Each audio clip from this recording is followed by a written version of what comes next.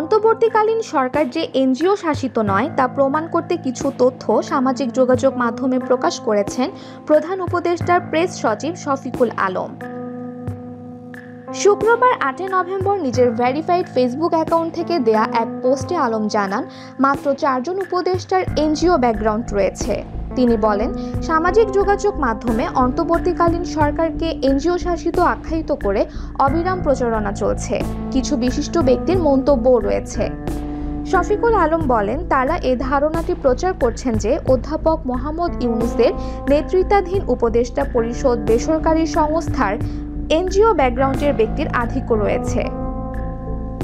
তিনি বলেন, ২১ সদস্যের উপদেষ্টা পরিষদের আনুষ্ঠানিক রেকর্ডে দেখা যায় মাত্র ৪ জন উপদেষ্টার এনজিও ব্যাকগ্রাউন্ড রয়েছে, যাদের মধ্যে ২ জন শীর্ষ আইনজীবী। শফিউল আলম তার ফেসবুক পোস্টে জানান, ৫ জন সাবেক আমলা, ২ জন কূটনীতিক ও ২ জন জ্যেষ্ঠ সামরিক কর্মকর্তা সহ অন্তত ৯ জন অবসরপ্রাপ্ত সরকারি কর্মকর্তা রয়েছেন।